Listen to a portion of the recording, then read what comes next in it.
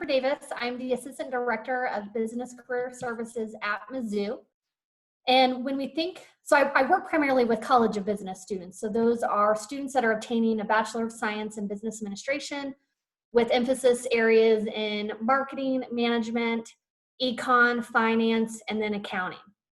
So those are kind of the students that I'm working with primarily. But when we think about career services, I always like to at least give details on what that means in a university setting. So we are an office, we are a resource for students to come and help with their job search, whether that's through resume reviews, mock interviewing.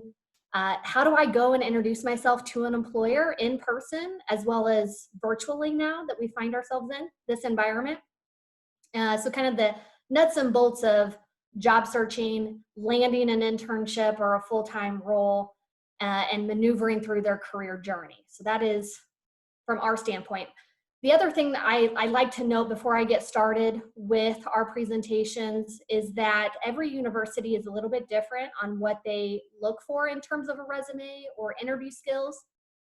And every college within a university, depending on what discipline you go into, has things set up in a certain way for resumes too. So kind of that caveat I always like to put out there, at least, that this is from Mizzou Business Career Services. But if you were going to engineering on Mizzou's campus or you were going to the College of Education, their resumes may look a little bit different. So kind of keeping that in mind as we maneuver through. The other is, if you do have questions, if you wouldn't mind posing those into the chat box, that would be best. And then I can get to those as we are maneuvering through. And this will be interactive. I will be asking questions. And so the chat box is going to be a way for us to interact. So if you can just pop that out, that's going to be helpful as well. But today we're talking all about resumes and interviewing. Kind of on the agenda, we're going to discuss what a resume is, what it does for you. We are also going to discuss the structure of the resume, what headers there should be, what type of content you should be thinking about to add to your resume. And then we're going to maneuver through interview tips and tricks for you as well. So a resume overview, just immediately, this is the top portion of a resume. What are some things that you notice about this resume that immediately just pop out at you, that you're like, that looks strange, that looks different? What are immediate thoughts about this top portion of a resume? So if you could, in the chat box, what are some things that are screaming out at you immediately? And there is no wrong answer, so feel free, don't be shy. The email, bullet points look odd. What are some other things? Formatting is inconsistent. How about we have two more? I phrasing is kind of weird, yes. We don't want I statements. We want action verbs for our bullet points. And then maybe one more that you notice. Short, very good. Thank you for responding.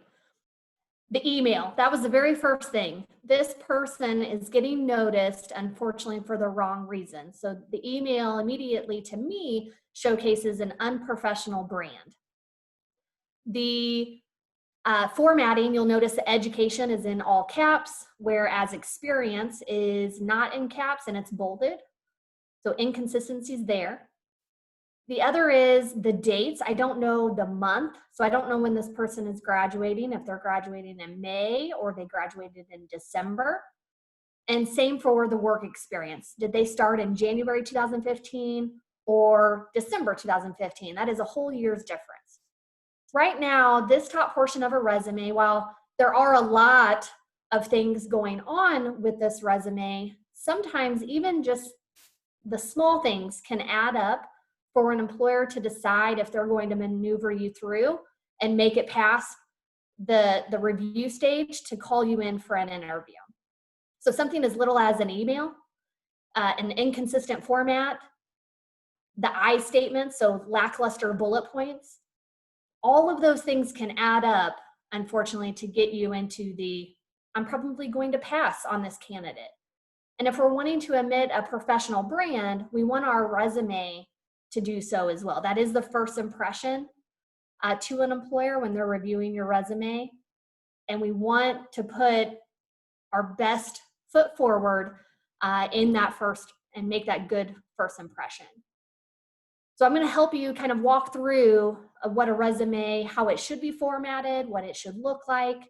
And then I will be providing a sample resume.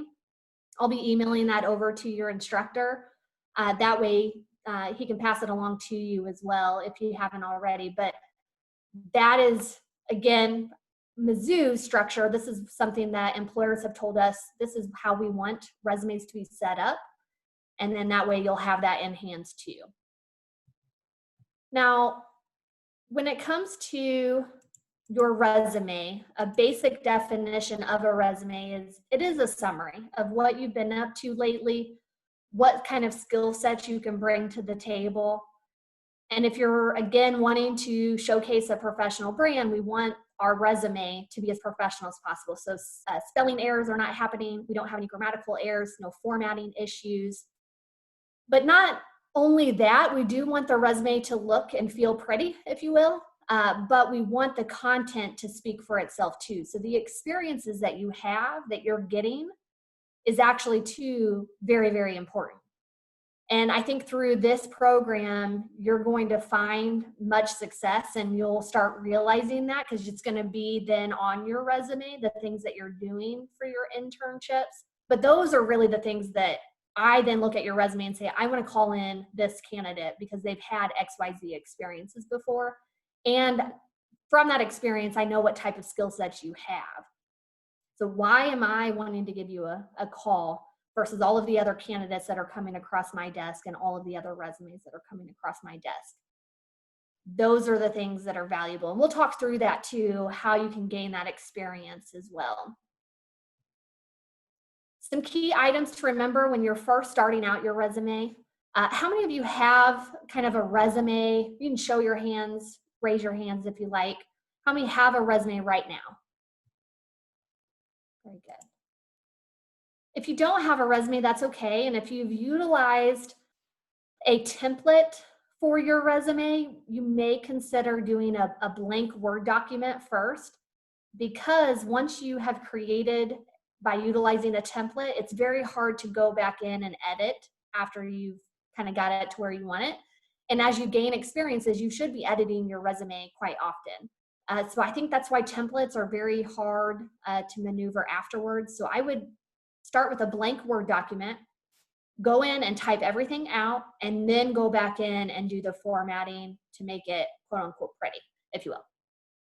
But formatting is important because we want to provide a good, clean read. I need to be able to see exactly where your headers are and what that information below it is. And you're not making me guess on the experiences that you've had. We need to provide a clean read. I need to be able to find your dates very quickly. I need to know how long you've been a part of that organization and what the organization is, the name of it, and the leadership role or the job title that you've held. When it comes to bullet points, those are crucial because it takes a very short amount of time for an employer to look at your resume. How many seconds do you feel that an employer takes a look at your resume to review it? How many seconds? So if you could, in the chat box, just respond with the number of seconds that you feel that an employer takes to look at your resume. 30 seconds, 10, less than 10. A few more, 20, very good.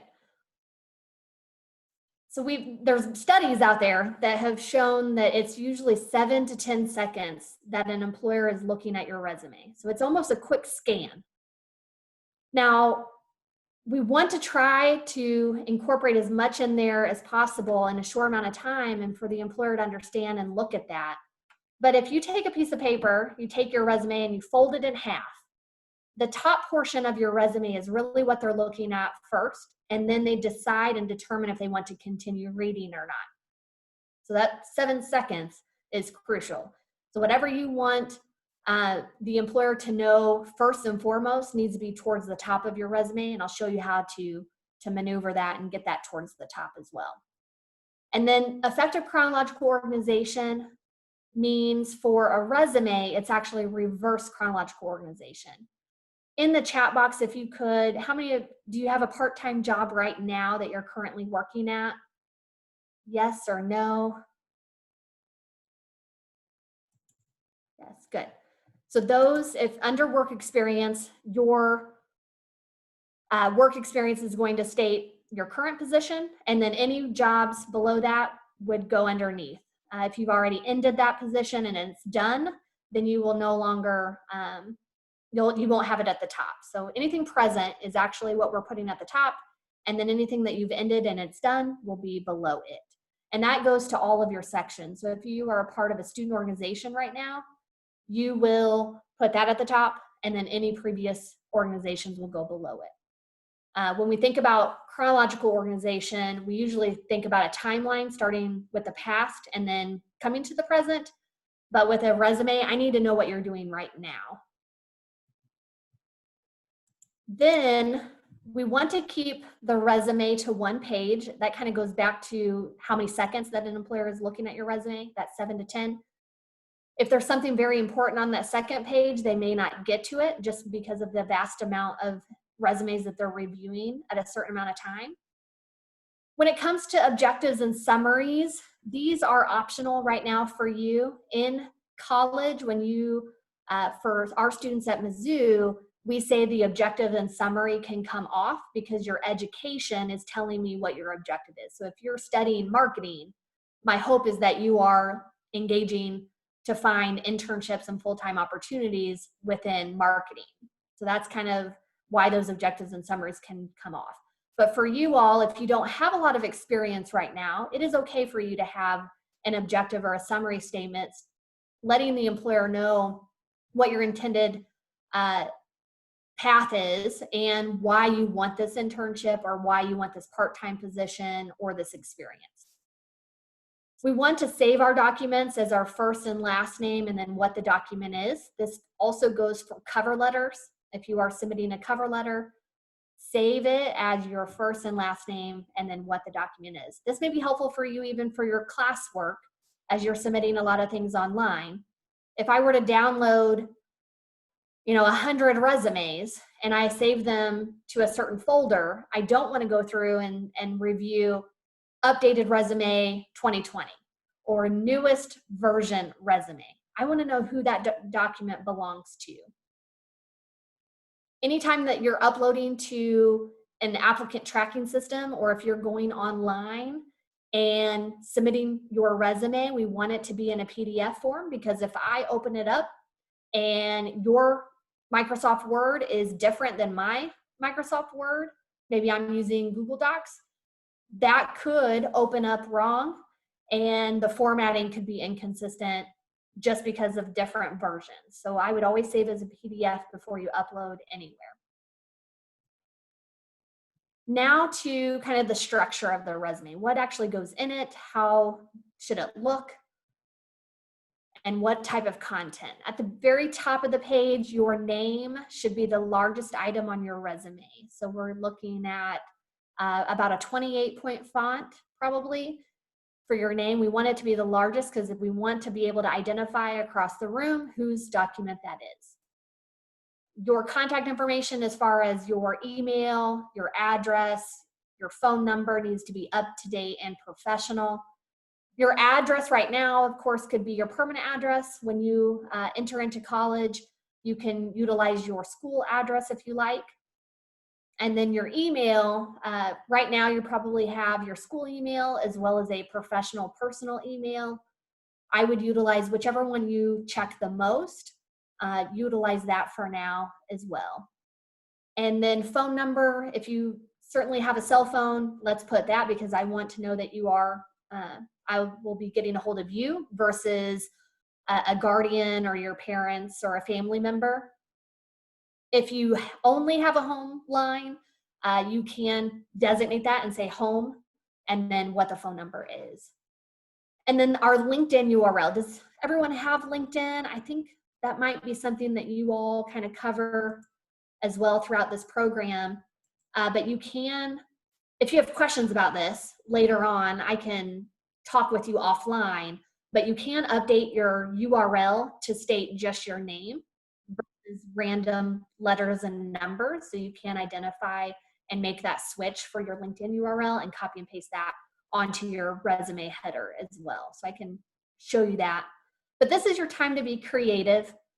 This is an example of contact information. It does not have to be stacked in the middle anymore. You can be a little bit more creative in terms of how you set this up. So here is kind of an example for you what it should look like or can look like. And then when the very next thing we recommend, again, this is College of Business speaking at Mizzou, we want contact information, and then immediately we want education. Because the employer, this is probably the very first thing that you're going to be judged upon. I need to know if I'm putting you in the internship pile or the full-time pile, what your emphasis is, if you're gaining a marketing degree versus the management degree, if there's a GPA requirement. Those are the things that I'm kind of check marking off, if you will, to make sure that you do meet the minimum qualifications. We want your expected graduation on there. That tells the employer that end date. Yes, maybe you enter into college and you're thinking marketing, but you're not quite sure. You can still put that. And then if it changes, you can change it to management or finance or what have you. But the end date, the expected graduation, is when that will be held in hand. For GPA, show of hands, how many feel that your GPA should go on your resume no matter what it is? Raise your hand. How many say, no, the GPA is not necessary, does not need to go on the resume at all? Show of hands.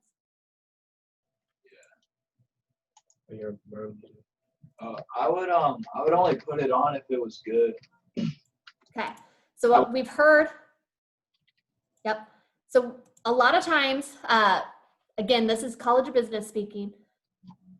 We hear sometimes that if it's a 3.0 or higher, we should put the GPA on our resume. So if it's 3.0 and above, it's worthy of going on our resume. Now, I've had plenty of employers, though, tell me that if I come across a candidate that is a 2.99 and that they haven't technically met that 3.0 threshold. If I have interacted with that student and they're a 2.99, but they leave the resume or the GPA off of the resume, I may be thinking it's way lower than a 2.99. Now, if I were an employer too, and I have been interacting with that student for quite some time, I've seen them in the halls, they've came to the career fair, they have come to a lot of our workshops, and I know that they're really, really interested in my organization, I can probably overlook that GPA as an employer. I am allowed to do that. And I then tell, and I've had this happen, where an employer comes to me and emails me and says, Jennifer, let them apply for this position. I've interacted with them. I know they're really engaged, and I know, what have you. So then they can enter into that applicant pool. We're always striving for the highest GPA possible. That is first and foremost, and that'll never change. Employers appreciate GPA. But there are many reasons why our GPA could be low. There could be you enter into a program and it's not for you, so you change majors. Maybe you started off a little rocky your freshman year, but now that you're in your core classes, you're doing much better. And then you could put your major GPA on your resume, what it is. So there are so many things that a GPA, from an employer perspective, they are not just looking at GPA. They're looking at your involvement. They're looking at your work experience. Because I know as an employer that I want a well-rounded individual. It is not just one of those things that I'm looking for. So we, on for us, we do say, go ahead and put your GPA on your resume, no matter what it is, and be able to talk about it. Because if it's not on there, our employers will be asking what it is and why it's not on there. But again, we're always striving for the highest GPA possible at all times. Now, also under education, you can put certificates that you receive. There's many certificates at Mizzou. There's an HR certificate. There's a sales and customer development certificate. For you all, if you are doing additional coursework here within this program, you could put that under here.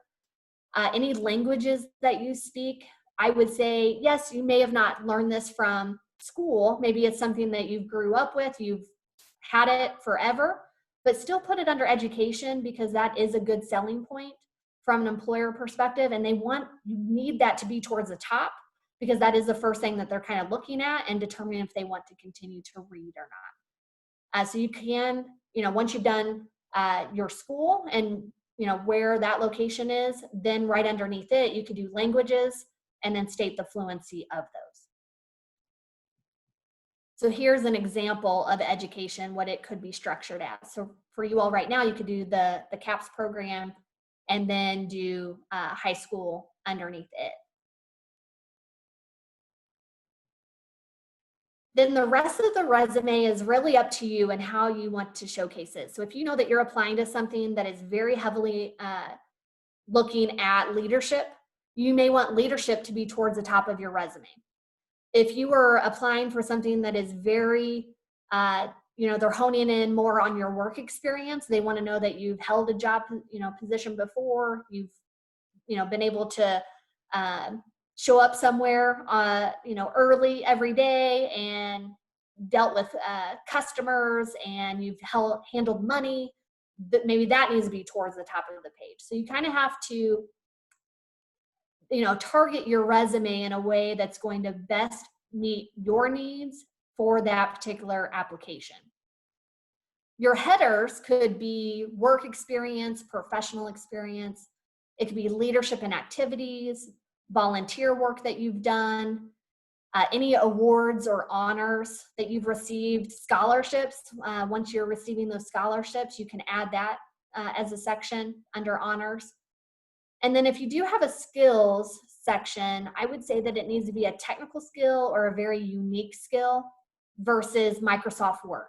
They know that you're using Microsoft Word probably on a daily basis within your coursework.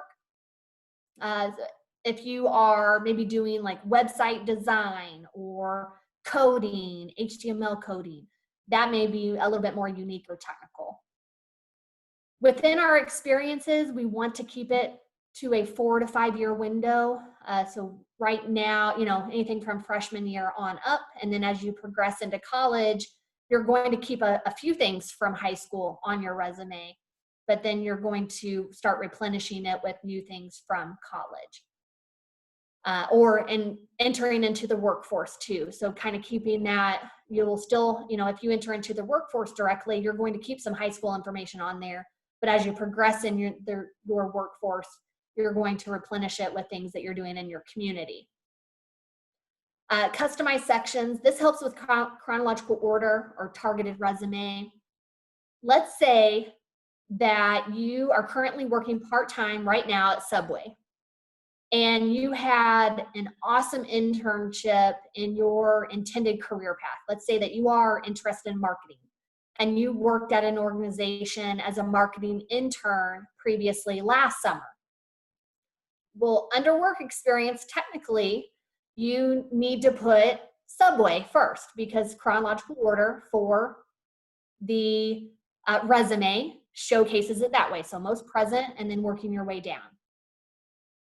A good way to change that up is to make the marketing internship its own section and state marketing experience and then what the internship was. Then you're going to have work experience and then Subway. So you're not limited to just work experience or internship experience. You can target your resume a little bit more so to help you identify and showcase to the employer that you do have XYZ interest and experiences. And that's going to help the reader know kind of your past experiences and kind of what you're doing currently. Within your experiences, so in each of those sections, aside from education, now you're going to for sure put the company or organization name, whether it's a place of employment or a student organization. We want to spell out everything, so no acronyms. The job titles or the leadership roles that you've held. If you have, and I'll show you kind of an example of this here in a minute, but if you've held multiple roles within one organization, you can showcase that in a good way as well, just because that way it's immediate. They can know your experiences right away and not have to guess on how long you've been in that role. So what you would do is, let's say that you've been a part of DECA in high school. Well, you're going to, next to DECA, put the entire time frame that you've been in DECA. Let's say that you are currently the secretary for DECA. You'll put that underneath and then be able to state the time frame that you are the secretary and the duties that you are associated with. And then previous to that, you may have been a member only, or you were maybe a chair, like a committee chair. You're going to put that underneath, and then the duties and the dates that you were associated with just that job title. So you can craft your resume in a way to immediately let an employer know that you've had multiple positions within one organization, and it's quick and it's easy, and they can gain all of that within that 7 to 10 second window. When it comes to dates, so month and year, we want to know January versus December. And if you're if that position or that employer, it's already done and it's over, all of those bullet points are going to be in past tense. If you're currently working somewhere, all of those bullet points will be in present tense. That is one thing I think our employers have told us that's one of their pet peeves, if they see that it's not in the right tense. And that's just someone, if they do resume reviews on a daily basis, they come across so many resumes and so on. I would really hone in on the month and year, and then past versus present tense for those bullet points. I do also have an example resume phrase list. I think students, when they come to our office needing help the most, is their bullet points, because they don't quite know how to craft, how do I talk about being a babysitter? Or how do I talk about that I've done landscaping or I've mowed lawns? That experience is still valuable, and the employer wants to know those things, but we can craft it and talk about it in a way that you can, instead of saying that you mowed lawns, well, I want to know how many. Were they residential or commercial? Did you consult with clients on their landscaping needs? If you're going into sales, even just the word clients is associating myself with that job description, because they're probably working with clients to sell a product. So these are ways that you can start thinking outside the box on getting the right verbiage on your resume to align yourself with a position. But also, if I were, I always hone in on marketing, and I apologize, but when talking to our students, if I were a marketing student right now, and I am thinking about having and doing a marketing internship later down the road, and I want to get marketing experience already on my resume, I could easily go to my hometown and say, hey, could I help you initiate a marketing strategy for, we always host a fall festival every year in our hometown. Could I help you craft a marketing plan for that? Could I help promote it on social media?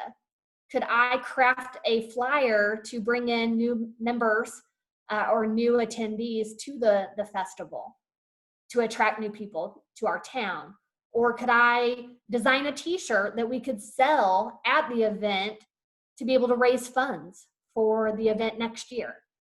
Well, I want to know, okay, I did that. I want to know the result of it, though. How many new people came to the event? How much money did we raise for next year? These are all things that I could go out and ask to do. I'm not getting paid for it. That's not, you don't have to get paid for every work experience that you want to get, or you don't have to get paid. You can show initiative and say, I took this upon myself to go out and grab an opportunity that was in front of me and help. I just went out and I helped someone do something, but during that time, I got experience in an area that I have interest in and want to do in the future. So I hope with that kind of comes, and you're thinking now, it gets the ball rolling at least on different avenues that you could. Maybe you're a part of a student org and you're wanting to get more experience with the finance aspect of that org. So if you're a part of FBLA, Future Business Leaders of America, maybe you say, hey, I would be happy to write up a budget for us, or I would be happy to track XYZ and analyze that information to then present to the board or our members. So there's various ways that you can get experiences with the things that you're interested in, but you just have to go and ask for it. Ask your boss, if you're currently working somewhere, is there any way that I could shadow you? Because I'd love to know more about the management piece of what you do. How do you train people? How do you motivate people? I would love to shadow you. Yes, I work at Subway, I make sandwiches, but I could easily ask for an opportunity to shadow you and learn even more about the business and what you do on a daily basis. All you have to do is ask. So I kind of want to stop there just regarding resumes to see if you all have any questions before we switch gears into interviewing. And if you have questions, go ahead.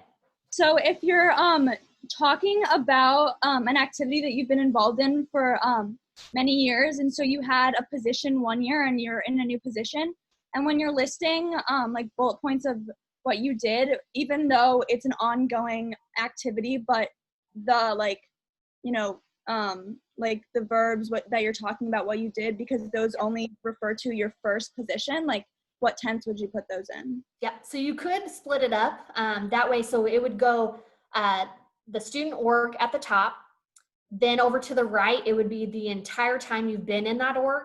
So to showcase the amount of time. Then your most recent position held, and then next to it would be the dates that you were doing the most recent leadership opportunity, then bullet points. Then right underneath that would be your previous leadership position and the dates that you were that, and then bullet points. Okay, perfect. I hope that helps. Very good. Any other? And if you have questions that you think about resumes as we are going through interviewing, by all means, feel free to ask in the chat. Hey, Jennifer, I have a question. Yeah. You brought up earlier about using a template and a lot of reasons why not do that, mainly because it's really hard to change the formatting on that. Can you maybe even speak to what would be your impression if you see a very commonly used Microsoft Word or Google Doc form or template? If that came across your desk, what would be some initial reactions to that? I think one is it's very hard sometimes to open those, and especially if you don't save it as a PDF. And sometimes some of those blocks, you can click it and it folds up, and then your information is gone unless the employer clicks on it to bring it down.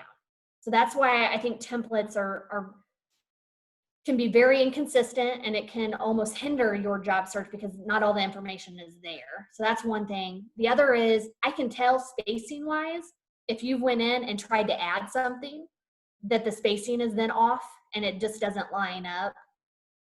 So those would be some things to consider. And I think that's why just start blank Word document, bring it up, type it all out how you want it, go back in and add the bullet points, go back in and add the lines, and so forth. Then every resume technically, and again, this is College of Business speaking at Mizzou, and from an employer perspective, they have stated that resumes technically do look alike, but it's the content that speaks for itself. So what type of experiences you have, what you can bring to the table, and what you're doing outside of your coursework to get at those experiences. That's what really speaks to me versus the format or the template and what it really looks like. We want it to be clean and nice and good, but it's the content that speaks to me versus if everyone's resume came across my desk and they all looked alike, I wouldn't necessarily be mad about that or upset about it. I would be looking then more closely at what the experiences were. So I've spoke to like recruiters who said like if a resume isn't like this like exact black and white and like it follows the same like font and everything, they like throw it out. So like do you think have you seen that in your experience and like No, so for us, our employer, and I have to say it with everything I say, but our employers that recruit at Mizzou business students would prefer, quote unquote, I hate to say it, boring type formatting. And I'll share this with you and what it looks like. But the creativity piece comes within the contact information. So they don't like color really on their resume. Now, if you're going for a creative marketing role, you sometimes have to show your creative side and how you utilize Desktop Publisher or InDesign or Illustrator. It really depends on the industry that you're going into. So there is a great divide, if you will, when it comes to creativeness on a resume. Some appreciate and need it because they need to see what your skill sets are creative wise and what you can do within certain programs. But then others are like, no, I need the information. I need to know what your experiences were more so.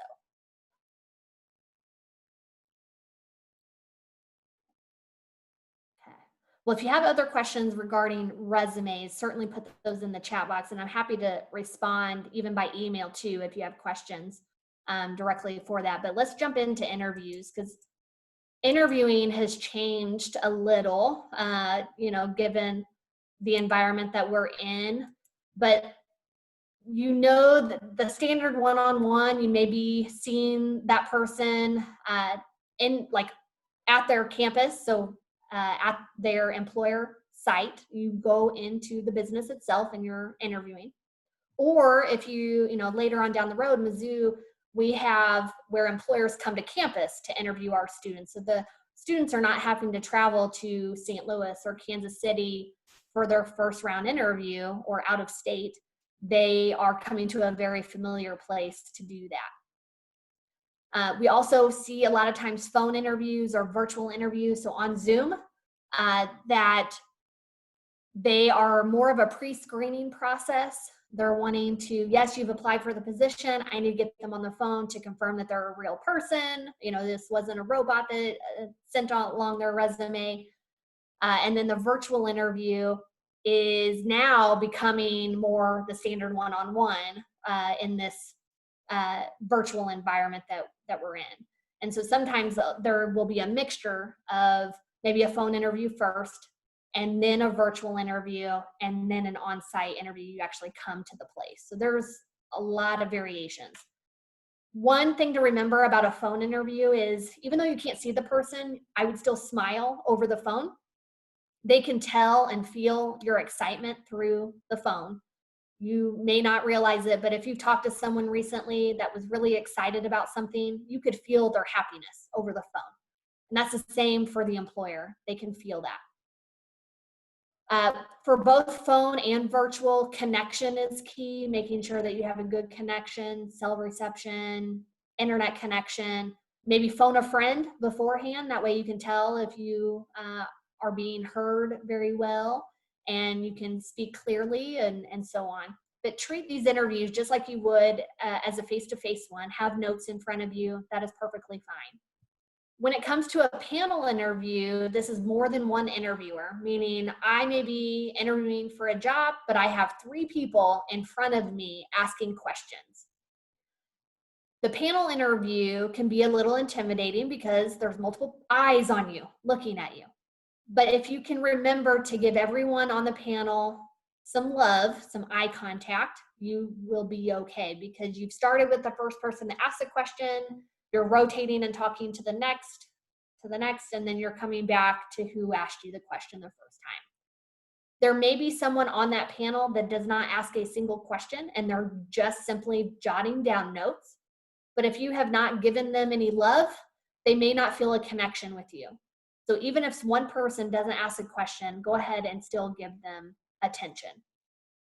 Now, the group interview is more than one applicant. You probably will not see this very often unless you're in retail or a sales setting. The main thing about a group interview is, yes, you are seeing your competition, you know who's in the room, but never, ever, ever refer to the last person that spoke. So you don't want to say, well, much like Abby said, XYZ, because I'm actually selling Abby in that moment. I'm saying Abby has those skills, and I do too. I want your answers to be only about you, yourself, and selling the experiences or the skills that you have. So never refer to the last person that spoke. We never want to be the very first person to go every time. We don't want to be the last person to go every single time. So give and take. You can play that and feel that out a little bit. So take turns.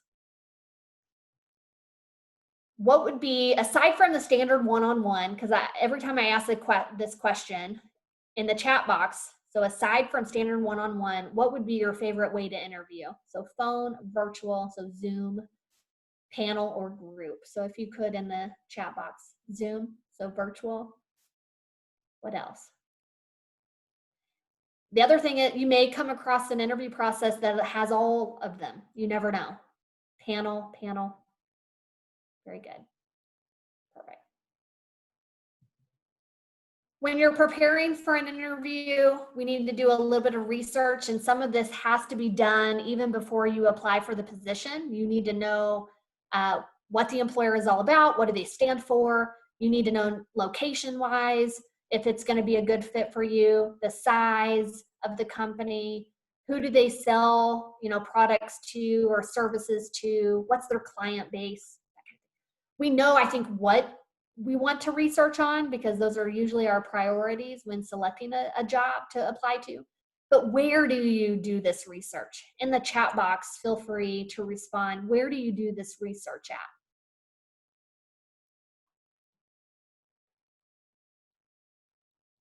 Google. Where else? LinkedIn, very good.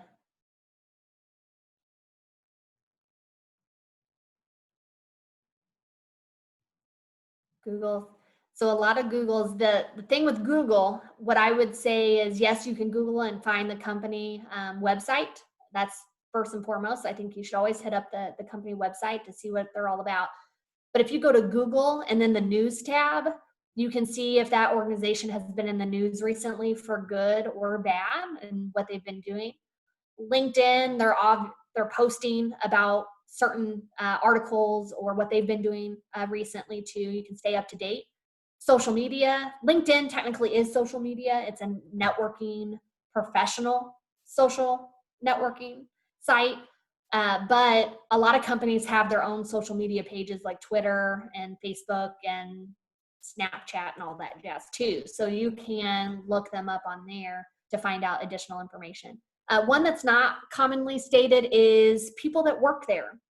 You can go, and through this program, it sounds like you're connecting with a lot of employers, especially virtually right now, but going directly to the people that work there and finding out, what do you like most about working here?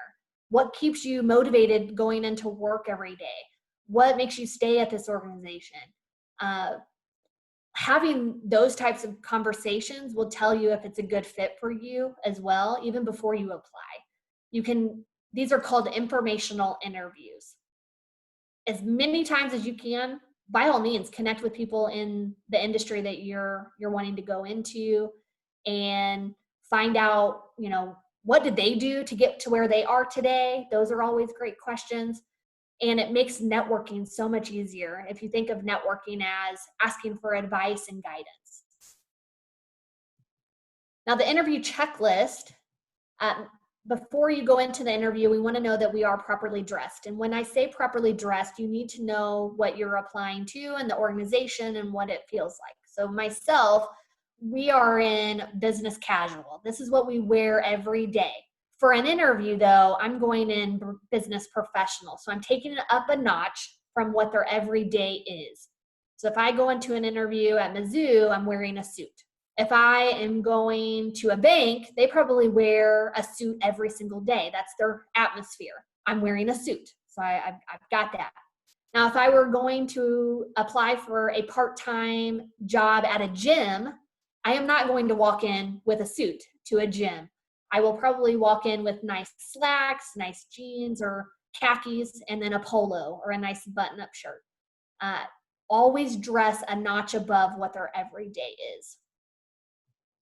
And then copies of a resume, I would say probably 3 resumes or more.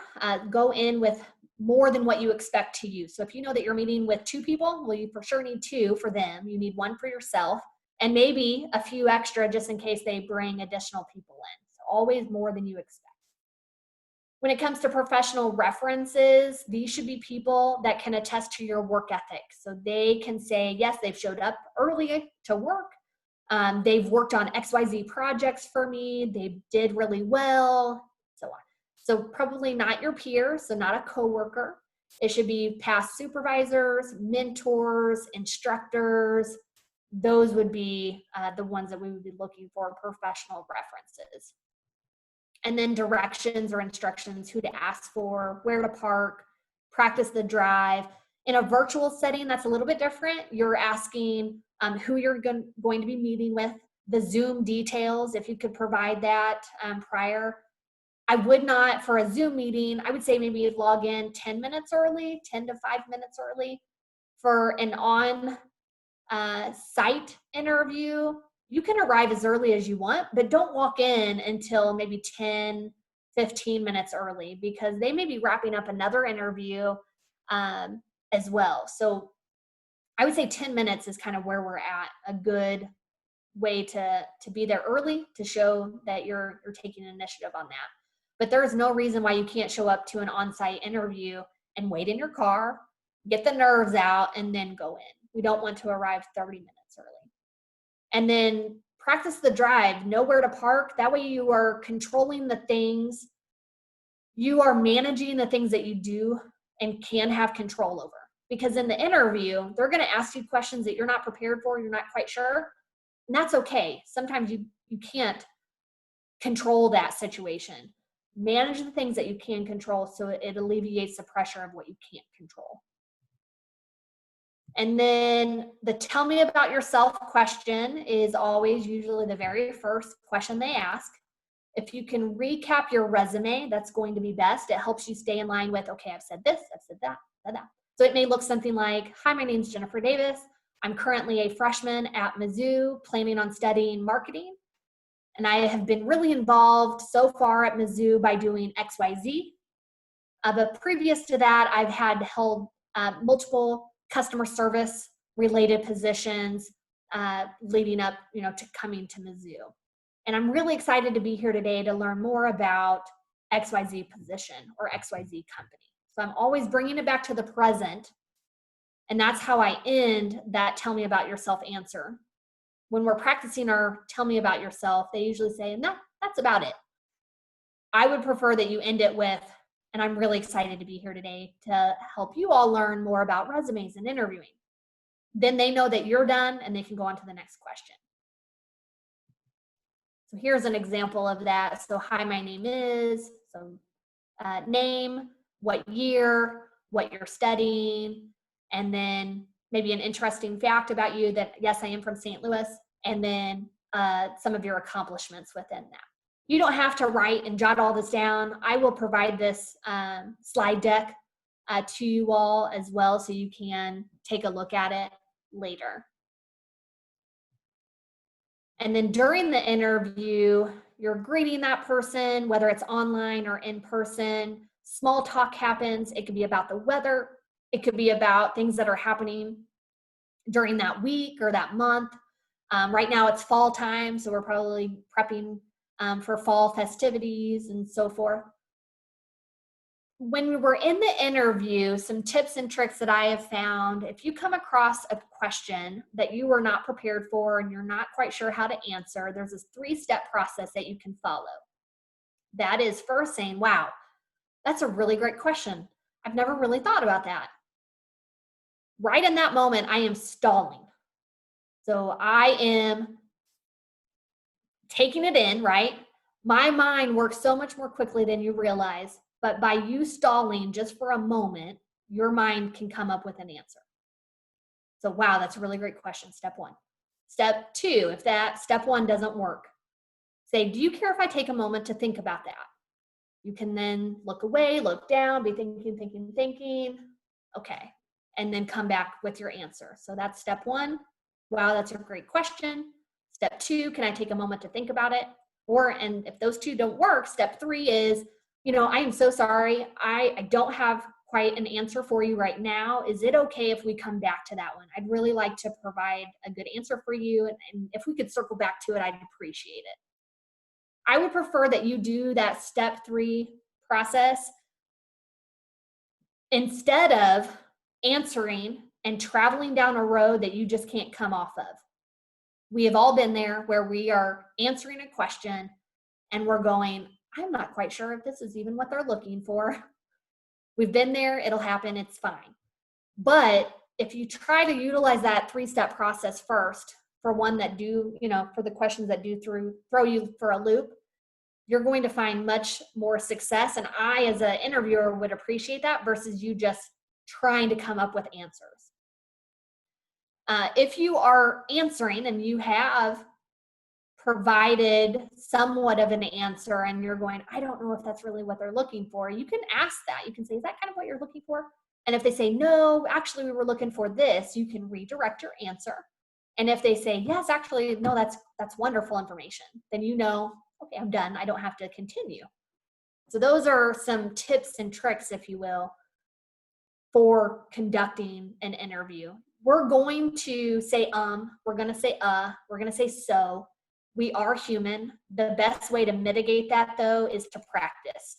You have to practice with your peers, practice with your family, practice with a mentor, and be thinking about what stories you want to share in that interview. And don't be afraid to ask clarifying questions. So if they were to ask me, tell me about a time that you had conflict, and that was it, you could ask a question back and say, do you mean a conflict with a coworker or a customer? Can you tell me a little bit more about the conflict that you're looking for? That buys you time. You're stalling to come up with an answer, but you are asking for clarifying information. That way you can direct your answer accordingly. That helps it stay with a conversation. When you're crafting your answers, instead of a 4-step process, which this is situation, task, action, and result, I want you to think of sharing stories with a good beginning, middle, and end for any question that you are asked. So if you were asked, tell me about a time that you worked on a team, I'm going through, where was I? What was I doing? What was the goal? And then how did it end up? So situation, task, action, and result versus I just want though beginning, middle, and end. And this is this in action here. So tell me about the time you worked with a team. So teamwork, I need to come across and tell you my strengths within this answer. So it could look like this. So while interning, I'm referencing my resume again. Where was I? What was I doing? Here's the goal. These kind of go hand in hand, right? I set out to finish a proposal. This is what I did to help within that task. I delegated task. And then the result, they accepted our proposal and we earned their business. So I'm, again, beginning, middle, and end. The T and the A, task and action, kind of go hand in hand. But as long as you can share a story, the more likely the employer is going to remember you, and the more likely I'm going to write down those things. We want our employer or whoever is interviewing us to visualize us doing those things. Because I can walk into any interview and say, I'm a hard worker. Well, yeah, you may be a hard worker, but how have you been a hard worker? What takes it up a notch that you did really, really well in a past work experience or within a student organization? Tell me a story that aligns with being a hard worker. Now, we won't ask questions necessarily, but I do want to ask for you all and to be thinking about questions that you've been asked in the past during interviews, or questions that you are thinking that you may get asked if you were to go in a particular career path. You can certainly email me at any time and we can do a mock interview. That's something that I always offer out to our students. My contact information is going into the chat box right now, but it'll be at the end as well. But you can reach out at any time if you would like to do a mock interview. At the end of the interview, they're always going to say, do you have any questions for us? Always, always, always have questions prepared. I would say 5 questions in mind. You can have them written down on your piece of paper. And if they cover some of those in the first 5 minutes of the interview, you're just going to simply mark it off. So then you have others to choose from. Asking what are the next steps in the interview process is huge, because you need to know the window, the time frame to get in your thank you note. This is a good indicator. They'll say, well, the next step from here would be that you would be entering into second rounds, and we're going to make those decisions by the end of the week. Well, I know I need to hurry up and get my thank you email sent in sooner than later because they're on a quick turnaround. Asking them, what do you like most about working here, tells you a lot about the company culture. And if they enjoy it and you're liking what they're saying, it probably is going to be a good fit for you. And then I think I mentioned this at the beginning, but have stories that you want to share in the interview. And if maybe you have 5 stories within your resume that you would like to showcase in the interview, if you haven't touched on one of those, you could say, you know, we haven't had a chance to cover this, but I'd really like to let you know XYZ before I leave today. I think this really would align well with the position. I myself have done it. You may have done it, but you've walked away from an interview going, oh, I wish I would have told them XYZ. I totally forgot XYZ. Well, this is your time to do it. So you can have it jotted down and reference it at any time. And then sending a thank you note is crucial. If it comes down to 2 candidates, they have the same academics, they have the same type of organizations, leadership, what have you. The one that sends a thank you note is, I think, highly regarded and goes to the top of my list anyway. And I will tell you, every employer that I've spoken with, they have kept every single, especially if it was a handwritten one, they have kept all of those thank you notes.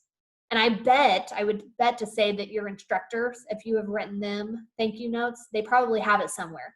It's kind of their go-to folder. If they're having a bad day, they pull those out and so on. So make sure that you do send a thank you note. Even if you feel like your interview didn't go that great, go ahead and send them. The main reason is you're thanking them for their time for meeting with you.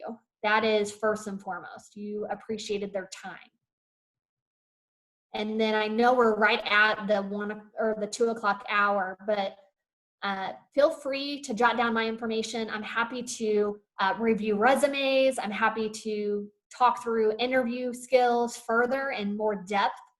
LinkedIn is obviously another one that I'm happy to discuss, but certainly reach out if you do have questions. Thank you, Jennifer, so much for joining us today. If you wouldn't mind stopping the screen share for a second, and I'll get this information to them. We're going to take first of all, let's give her a round of applause for a ton of awesome information. I mean, so many tips about resume building, interview strategies. I mean, I can't say enough about how important all of these things are. Like, it's really going to make or break and decide whether or not you get hired as an intern or a job for your career. So thank you so much. Absolutely. I know a few people. I know we're going to let most people go here in a second. I know Shrey had a question. A couple other people may want to ask and stick around for a minute or two to ask a few questions if you're available. That'd be great. Absolutely. I'm going to take our obligatory group picture. So if you want to put on your smiley face here in 3, 2, 1.